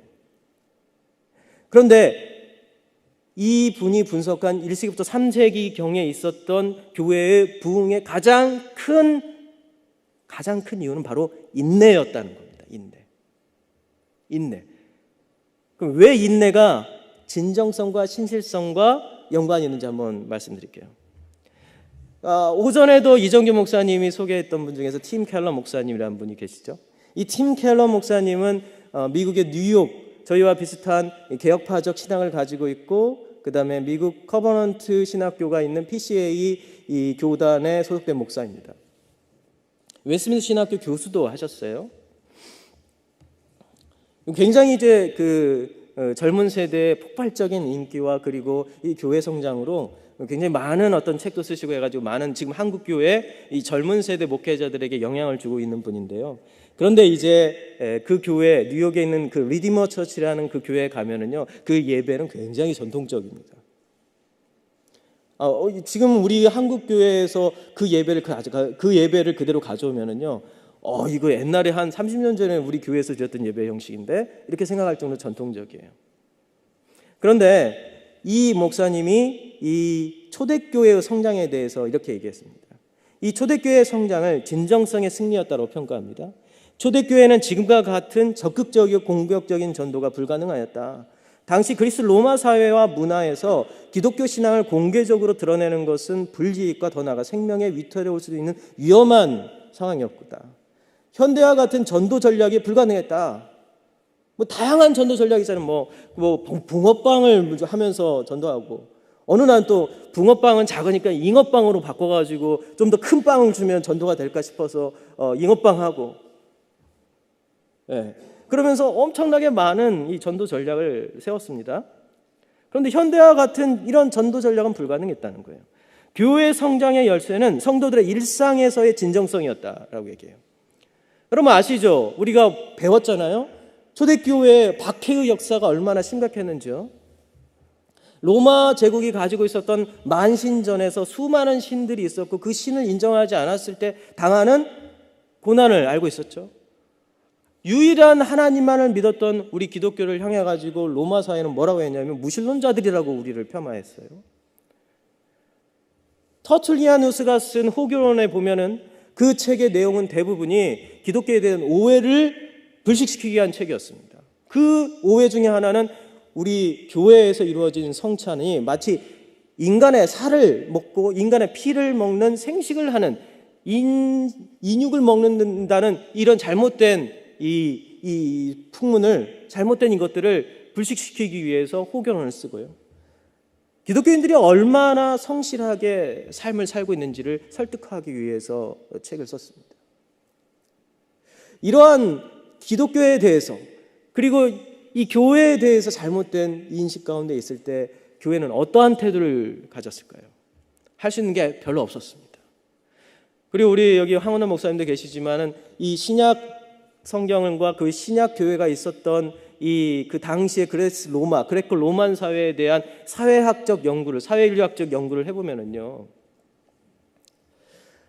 이 교회의 구성원들이 대부분 노예거나 면천된 노예, 그리고 여자와 아이들로 구성되어 있었고, 돈이 많고 사회 계층에 굉장히 지위가 있었던 사람들은 그리 많지 않았습니다. 그런데 그런 상황 가운데서 교회가 할 수 있는 일이 많지 않았죠. 어떻게 했겠습니까? 그들은 진정성과 그리고 신실함으로 나아갔습니다. 에베소 6장을 보면은요, 앞에 부모와 자식 간의 관계가 나오고, 그 다음 에베소 6장 4절부터 9절을 보면은요, 상전과 노예의 관계가 나옵니다. 상전과 노예의 관계가 나오는데 거기에 4절부터 9절 가운데 4절이 노예에 대한 이야기고 종에 대한 이야기고, 그리고 마지막 9절에 상전에 대한 이야기가 딱 한 절 나옵니다. 이게 의미하는 바가 뭐겠습니까? 에베소 교회의 구성원들도 대부분 노예나 그리고 하층민으로 구성되어 있다는 거죠. 로마 교회도 마찬가지였습니다. 로마 교회를 연구했고, 그리고 로마 교회 구성원들을 연구했던 대부분의 초대교회 학자들이 이야기하는 것들은 로마 교회의 구성원들, 이민자들로 구성되어 있었다라고 얘기해요. 그리스나 그리고 이 마게도냐 지역에 있었던 사람들이 와가지고 거기에서 부두 노동자나 그리고 어떤 배송업이나 이런 것들에 종사되어 있는 사람들이 대부분이었다는 거예요. 그곳에는 많은 사건 사고들이 일어났겠죠. 여러분, 이러한 게 초대교회의 구성원들이었습니다. 그런데 에베소 6장 4절부터 9절 사이에는 뭐라고 얘기하면 종들에게 너희들 상전이 일을 시키면 그 일에 대해서 마치 그리스도가 내 앞에 있는 것처럼 생각하고, 그리스도가 너희에게 일을 시킨 것처럼 그렇게 두려움과 떨림과 성실함으로 최선을 다해서 일해라 라고 얘기합니다. 9절에 보면 상전들에게 뭐라고 얘기하냐면, 상전들아 위협함으로 너희의 종들을 부리지 말아라 얘기합니다. 여러분, 종을 대할 때 가장 쉬운 방법이 뭡니까? 위협하는 거죠. 너 이거 안 하면은 며칠까지 안 하면 몇 시까지 안 하면 너 매 맞을 거야? 라고 하면 두렵과 떨림으로 일을 하게 될 겁니다. 그러나 일을 제대로 할까요? 정말 하기 싫어서 제대로 하지 않겠죠. 여러분, 그게 바로 일반의 노예의 모습이고 종의 모습이었어요. 그런데 바울이 에베소 교회에 있는 종들에게, 종의 신분을 가지고 있는 성도들한테 요구했던 것은, 상전이 너한테 시키지만 그 일은 사실은 하나님께서 너에게 시킨 거야. 진정성과 신실함으로 일해. 진정성과 신실함으로 일해. 또 있죠. 불신자 남편과 함께, 그러니까 처음에는 불신자였겠죠. 불신자로서 결혼했는데 이제 아내가 예수님을 믿었어요. 이 아내가 얘기합니다. 이 여성도가 사도들한테 물어봅니다. 이 결혼 관계를 유지해야 됩니까? 도대체 내가 왜 이 불신자 남편과 살아야 됩니까? 그러자 사도가 얘기하죠. 너의 신실한 삶과 행동으로서 너의 남편이 그리스도를 믿을 수도 있다. 이게 신실함과 진정성으로 사는 윤리입니다. 사실 초대교회 성도들은요, 지금 이 시대가 이야기하고 있는 진정성과 그리고 신실성이라는 윤리적 판단 위에서 살았습니다.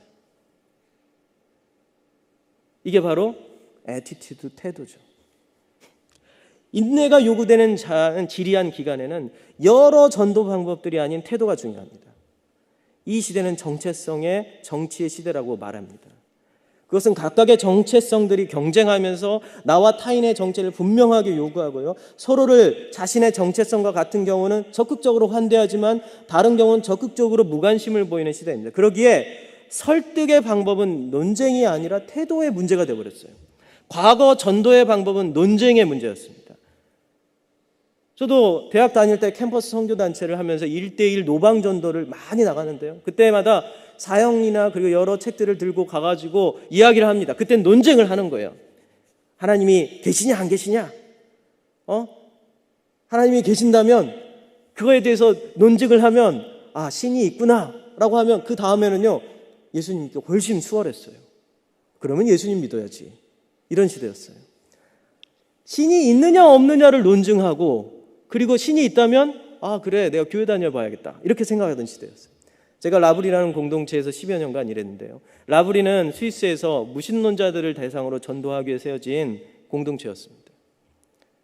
제가 일했던 2000년대 중반까지만 해도 2010년 중반까지만 해도 굉장히 많은 사람들이 라브리를 찾아왔어요. 그리고 서로 디베이트를 했습니다. 논쟁을 했어요. 근데 어느 순간부터 논쟁을 할 수 없는 상태가 됐어요. 태도가 중요한 시대가 된 거예요. 그래서 전 세계 라브리 간사들이 다 모여가지고 회의를 했습니다. 우리가 이제 변증의 공동체가 되어야 되느냐 아니면 환대의 공동체가 되어야 되느냐. 그래서 결정한 게 전도를 위해서 우리는 변증의 공동체임은 분명하지만 그러나 그 변증을 환대의 공동체를 통해서 세워나가자. 이게 태도의 문제죠. 나와 전혀 다른 사람이 왔을 때 그들에게 밥을 주고 그들에게 먹을 것을 주고 그들과 함께 이야기를 하는 겁니다. 제가 오랫동안 사역했던 라브리를 세웠던 프란시스 셰퍼 박사와 그리고 그의 부인인 이디스 셰퍼 여사는 참 특별한 재능을 가지고 있었던 사람이었던 게 분명한 것 같습니다. 20세기에 가장 뛰어난 기독교 지성으로 인정받고 있는 프란시스 셰퍼 박사의 이 와이프였던 이 사모님이었던 이디스 셰퍼는요 가장 환대에 적합한 인물이었어요. 제가 2000년대 초반에 영국 라브리에서 일을 할 때 이 이디스 셰퍼 여사와 그리고 프란시스 셰퍼와 함께 일을 했던 제 2세대 간사들과 함께 일을 했었는데 그 간사님들이 저한테 이런 이야기를 했어요. 이디스 셰퍼 여사하고 함께 이제 일을 하면 아마 이디스 셰퍼는 이디스 셰퍼 여사는 아마 물에 빠지면은 입만 동동 떨 거다. 우리는 그건 나쁜 놈이잖아요. 그럴 정도로 말을 많이 하고 쉬지 않고 이야기했던 분이다. 그런데 그 말 중에서 하나도 쓸모없는 말이 없었다. 이런 평가를 하더라고요. 굉장히 토커티브하고 아주 굉장히 많은 말을 하고 이야기를 하는데 이런 이야기도 있었어요. 이런 일화도 있었어요. 여러분들 여기 계신 분들은 좀 아시겠지만은 과거에는 백화점 같은 데 가서 엘리베이터를 타면 엘리베이터 안에 안내양이 있었습니다. 혹시 그거 기억나세요? 네, 기억나시는 분은 왜 저는 좀 나이가 제가 좀 젊은 것 같은데 저거 비슷한 분들은 모르는 것처럼 뭐 이게 저를 막 그래 넌 몇 살인데 그걸 아냐 이런 눈으로 보시는데 한번 민증을 까봐야 될 것 같아요. 아니 저는 이제 시골 출신이지만 이제 시골에 가가지고 그때 이제 엘리베이터를 딱 탔더니 정말 백화점을 난생 처음으로 가서 이제 탔더니 초등학교 때 국민학교 시절이죠. 국민학교 때 갔더니 그 엘리베이터 안에 잘 차려입은 누님이 계시더라고요. 네. 외국에도 그랬습니다. 그런데 이디스 셰퍼는 1층에서 엘리베이터를 타고 한 5층이나 7층 정도까지 올라가는 그 기간 동안에 그 엘리베이터에 있는 안내양을 전도했다고 그래요. 함께 만나서 이야기를 하고 나면 얼마나 말이 빠른지 그 기간 동안에 그 엘리베이터 안내양이 눈물을 흘리면서 그리스도를 믿게 됐다는 일화가 있을 정도로 아주 토커티브했습니다. 그런데 이 분의 또 일화가 있는데요. 뭐냐면 커버넌트 신학교가 있는 그 세인트 루이스에서 커버넌트 장로교회에서 목회를 할 때였습니다. 이 프란시스 셰퍼 박사가 젊은 시절이었죠. 30대 목회를 할 때였는데요. 자기 집 앞에 거지가 찾아왔어요. 거지가 찾아오니까 이디스 셰퍼 여사가 우린 보통 이제 사실 우리는 밥을 담아줘야 되는 문화잖아요. 그러니까 그릇도 같이 줘야 되니까 앞에서 이제 집 앞에서 먹고 그 다음에 그릇 달라고 이렇게 할 수 있는데 이 서양은 그냥 빵이잖아요. 그 빵 던져주면 되거든요. 그런데 이 거지를 집 안으로 초대를 한 거예요. 집 안으로 초대를 해서 식탁에다가 식탁볼을 깔고 그 위에 이 마당에 있는 들꽃을 하나 꺾어가지고 꽃을 꼽아준 겁니다. 그리고 그 거지에게 자기가 먹는, 자기 가족들이 먹는 그 접시에다 빵을 얹어가지고 줬다고 합니다. 그래서 사람들이 물어봤대요. 왜 그러셨냐고. 지저분하고 냄새나고 그러는데 왜 그러셨냐고. 그러니까 이 셰퍼가 이렇게 얘기했어요. 저 사람도 하나님의 형상입니다. 짐승처럼 대접받지 말아야 돼요. 여러분, 이게 태도입니다. 우리는 우리의 교회에 오는, 또 우리가 만나는 사람들에게 어떤 태도를 보이고 있나요? 그리고 이러한 태도는 30대부터 이 부부가 가지고 있었고, 스위스에 선교사로 가서 1950년대부터 80년대 중반, 지금도 2000년이 된 지금 2세대, 3세대, 4세대 간사가 있는 전 세계에 있는 라브리들은 똑같은 애티튜드를 가지고 있습니다. 누구든지 식탁에 와서 함께 식사를 하고, 그래서 저는 제 식탁에서 제 아이들과 제 아내가 있는데 정신분열증, 지금 조현병이라고 하죠. 이 정신분열증 그 조현병 환자를 몇 명과 함께 같이 식사를 한 적이 너무나도 많습니다. 근데 한편은 조마조마하죠. 혹시 저 사람이 잘못된 마음을 품으면 어떡할까? 누군가에게 신실하고 진정성 있는 애티튜드를 보이는 것은 그만한 대가와 헌신이 필요합니다. 그러나 그건 충분한 가치가 있죠. 팬데믹 이후 교회의 전략은 무엇인가? 라고 했을 때 많은 사람들이 소그룹이 답이라는 말을 합니다. 팬데믹 기간 동안에, 이 코로나19 기간 동안에 많은 사람들이, 많은 교회들이, 성장하는 교회들을 보니까 소그룹이 잘 되는 교회였다라고 얘기하면서 앞으로 소그룹이 중요하다는 말들을 많이 하고요. 가정교회, 소그룹, 셀서치, 다양한 것들에 대한 고민을 많이 합니다. 그러나 저는 소그룹이 답이라고 생각하지 않아요. 그건 하나의 형태일 뿐이죠. 중요한 것은 어떤 소그룹인가 합니다. 소그룹이냐가 아니라 어떤 소그룹이냐, 어떤 형태의 예배냐가 아니라 어떤 분위기와 어떤 애티튜드가 있는 예배냐가 중요한 거죠. 무슨 교회가 아니라 어떤 교회이냐입니다. 로마서 12장 15절엔 즐거워하는 자와 함께 즐거워하고 우는 자와 함께 울라라고 했어요.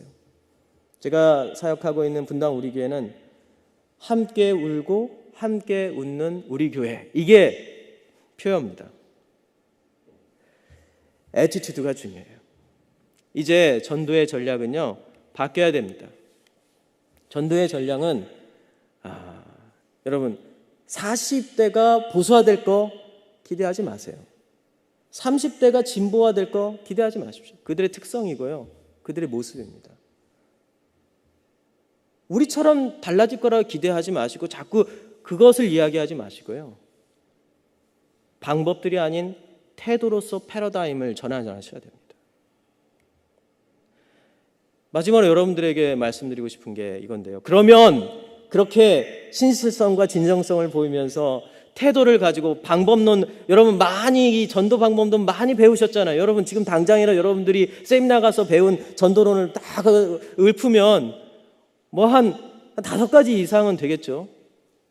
10가지도 되겠고요, 20가지도 되겠죠.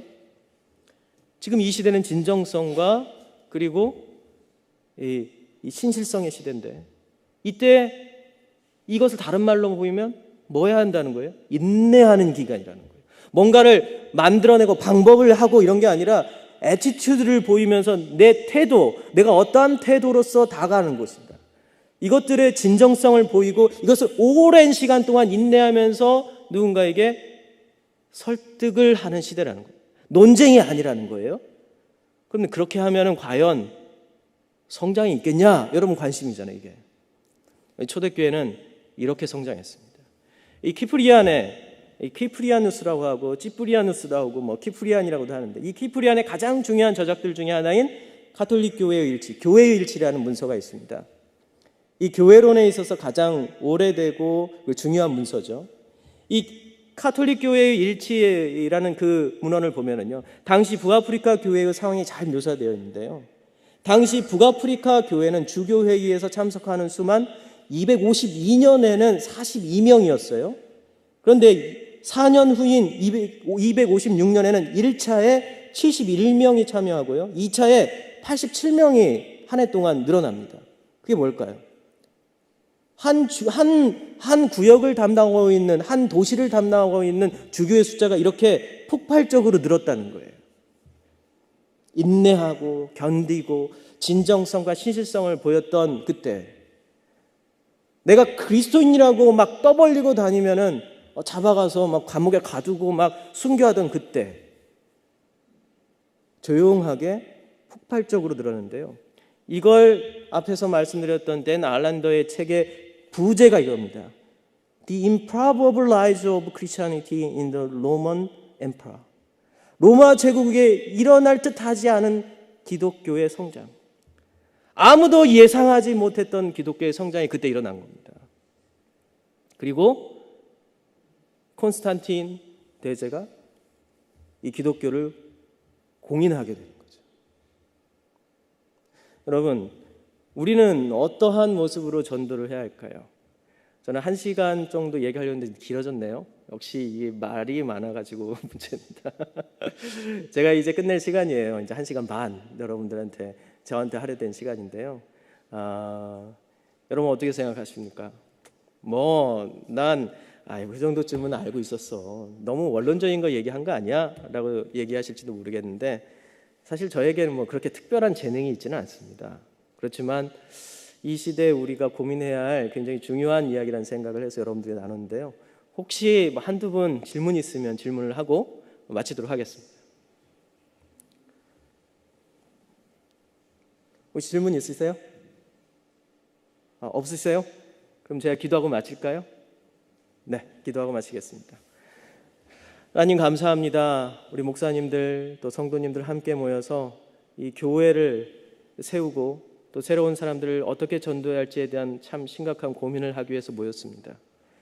이 자리가 조금이나마 실마리를 풀고 또 하나님께서 이 교회를 어떻게 세우실지에 대해서 알아갈 수 있는 그 지혜의 과정이 되도록 하여 주십시고, 이 교회가 쇠퇴하고 있는 이 시점에서 저희들이 절망하거나 슬퍼하거나 낙심하지 않고 이 현상을 보지 않고 그 현상 너머에서 우리를 세우시는 우리 주 예수 그리스도를 바라보게 하여 주시옵소서. 살아계신 우리 주 예수 그리스도의 이름으로 기도합니다. 아멘. 귀한 강의해 주신 우리 목사님께 감사방을 박수하겠습니다. 감사합니다.